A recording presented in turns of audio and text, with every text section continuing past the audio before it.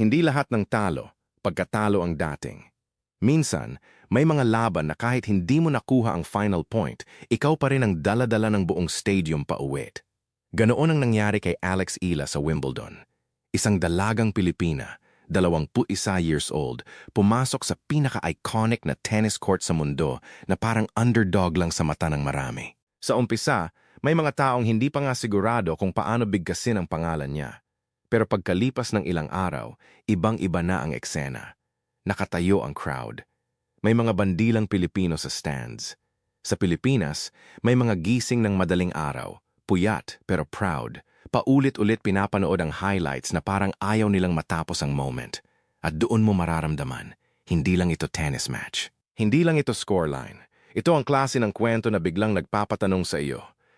Sandali, nasasaksihan ba natin ang simula ng bagong chapter? Bago pa man siya humarap kay Jasmine Paolini, may nangyari na agad na halos hindi ka pani-paniwala. Sa previous round, tinalo ni Alex ang defending champion na si Iga Swiatek, isang pangalan na mabigat dalhin sa kahit anong draw. Isang player na sanay manira ng rhythm, sanay magdikta ng laban, sanay gawing maliit ang court para sa kalaban. Sa unang bahagi ng laban, mukhang ganoon na naman ang mangyayari. Pero hindi umatras si Alex. Hindi siya nawala sa moment. Hindi niya hinayaan na lamunin siya ng pangalan sa kabilang side ng net. Unti-unti, nagbago ang laban. Mas maaga ang footwork niya. Mas buo ang palo. Mas matapang ang decision-making. Walang sigaw na sobra. Walang drama na pilit. Trabaho lang, point by point, hanggang sa yung pader na akala ng lahat babangga sa kanya, biglang gumuho. Nang lumipad palabas ang final return ni Swiatek, sandaling tumahimik ang buong court. Parang lahat sabay-sabay nakalimot huminga. Tapos sumabog ang ingay. Kasi alam ng lahat, may nakita silang hindi ordinaryo. Kinabukasan, hindi na lang siya pangalan sa draw. Sa Pilipinas, headline na siya. Sa mga opisina, sa schools, sa group chats, sa Facebook posts, sa family chats na puno ng grabe si Alex. Buhay ang usapan. May mga nanood ng replay bago pumasok sa trabaho. May mga estudyanteng puyat kahit may exam. May mga kababayan nating parang personal nilang panalo ang nangyari. At sa totoo lang, gets mo naman. Kasi bihira tayong makakita ng Pilipina na ganito kalaki ang stage, ganito kabigat ang kalaban, tapos ganito katapang ang sagot. Pero dito nagiging mas interesante ang kwento. Kasi pagkatapos ng miracle win, hindi automatic happy ending ang kasunod. Waiting in the next round was Jasmine Paolini, a former Wimbledon finalist, isang player na komportable sa grass, mabilis magbasa ng bola, at marunong mag-survive sa pressure. At may history pa sila. Noong February sa Dubai, tinalo ni Alex si Paolini. Hindi lang basta panalo, dominanteng panalo. At ang ganitong talo, hindi nawawala agad sa isip ng elite player. Tahimik lang nilang dinadala, naghihintay ng tamang pagkakataon para bumawi. Kaya nang magkita sila sa center court, hindi na ito simpleng underdog story. May bigat na, may unfinished business, may pride, may revenge angle. At habang lumalabas si Alex sa court, ibang klase ang atmosphere. Hindi polite tennis crowd lang. Ramdam mong may hinihintay silang mangyari. May paniniwala na naman sa hangin. May mga Pinoy flag sa stands. May mga taong nakasandal pasulong, ready sumigaw sa bawat punto. Sa unang serve pa lang ni Alex, nag-react agad ang crowd. Para bang championship point na, kahit umpisa pa lang. Pero hindi fairy tale ang tennis. Hindi porket gusto ng lahat, ibibigay na ng sport. Ilang games pa lang, nagsimula ng kumapit si Paolini. Si Alex, panalo sa crowd. Si Paolini, panalo sa scoreboard. At doon, delikado ang laban. Kasi minsan, pinakamahirap laruin yung match na mahal ka ng crowd, pero kinukontrol ng kalaban ang rhythm. May stretch na parang hawak na ni Alex ang momentum. Nakakuha siya ng breakpoint, sumugal sa return, at pinatamaan ang bola ng walang takot. Break. Sumabog ang crowd. Akala mo tuloy-tuloy na. Pero hindi nagpanic si Paolini. Agad siyang bumawi. Kalmado. Parang sinasabi niya, nandito na ako dati.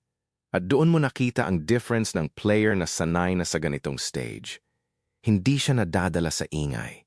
Hindi siya nagmamadali. Hindi siya nagpapaapekto sa moment.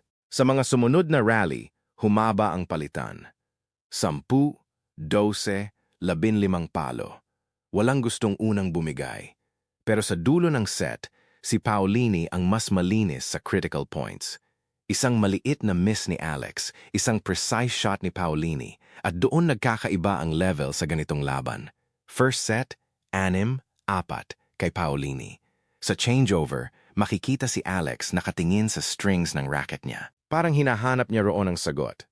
At sa buong stadium, may tanong na mabigat.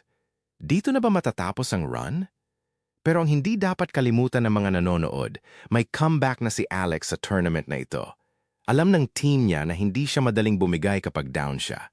Kaya pagbalik niya sa court, iba ang dating. Hindi reckless. Mas malaya. Mas aggressive sa second serve ni Paolini.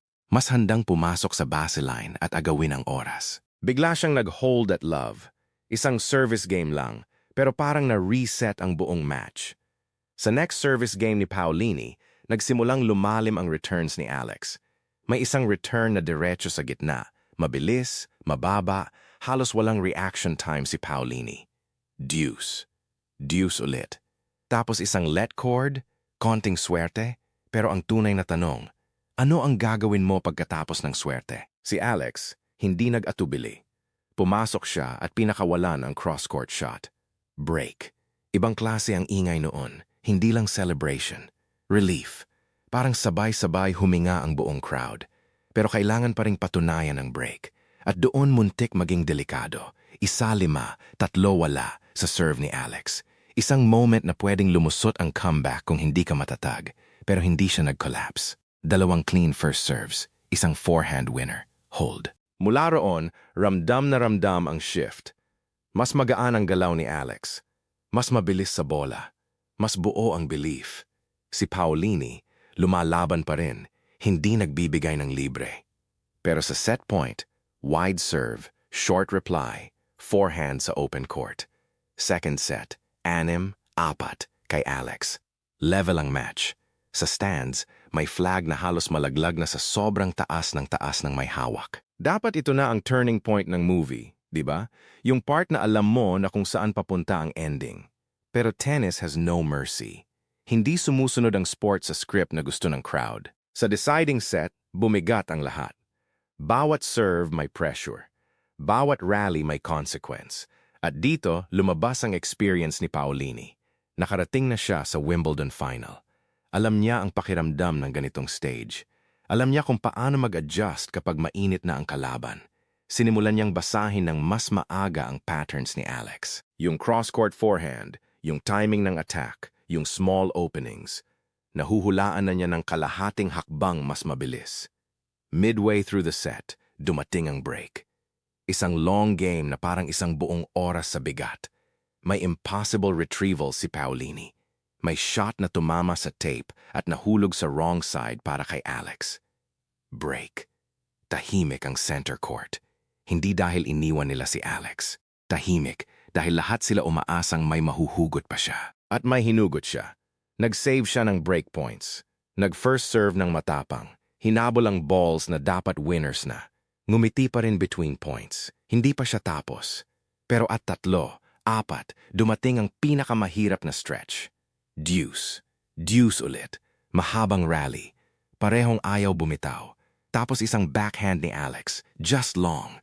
Break ulit. Paolini served for the match at 5, 3. Pero kahit doon, hindi nagbigay si Alex ng libre. Inatake niya ang returns. Lumaban sa bawat inch. Parang ayaw niyang tanggapin na may finality na ang scoreboard. Pero si Paolini, sanay na sa ganitong court, ganitong pressure, ganitong closing moment. Isang clean serve, isang final forehand.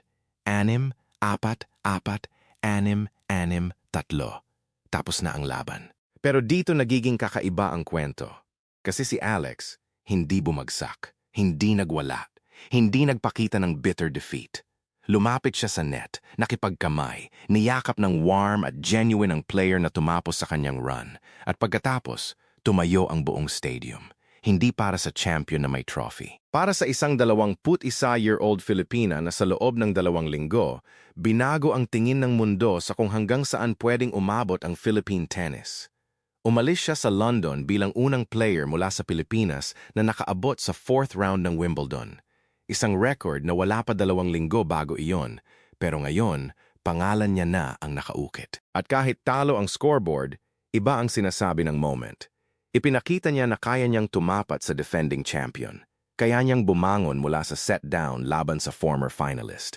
Kaya niyang dalhin ang bigat ng isang bansang nanonood ng puyat, kabado, proud, at umaasa. Si Paolini, nakuha ang revenge niya mula sa Dubai. Pero si Alex, may nakuha ring mas malaki kaysa isang match result. Respect. Recognition. Belief. Yung klase ng belief na hindi madaling mawala.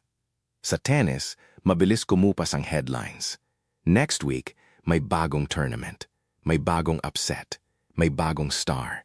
Pero may ilang laban na hindi basta nawawala kasi hindi lang ranking ang sinukat. Sinukat nito ang tapang, ang potential, at ang bigat ng isang pangarap na matagal nang gustong makita ng mga Pilipino sa world stage. Habang naglalakad si Alex palabas ng tunnel, patuloy pa rin ang palakpakan. At kahit nagre-reset na ang center court para sa susunod na match, may isang bagay na hindi na maibabalik sa dati. 2 linggo bago iyon, marami ang hindi pa kilala ang pangalan niya. Ngayon, buong tennis world na ang naghihintay kung saan siya susunod lalaban.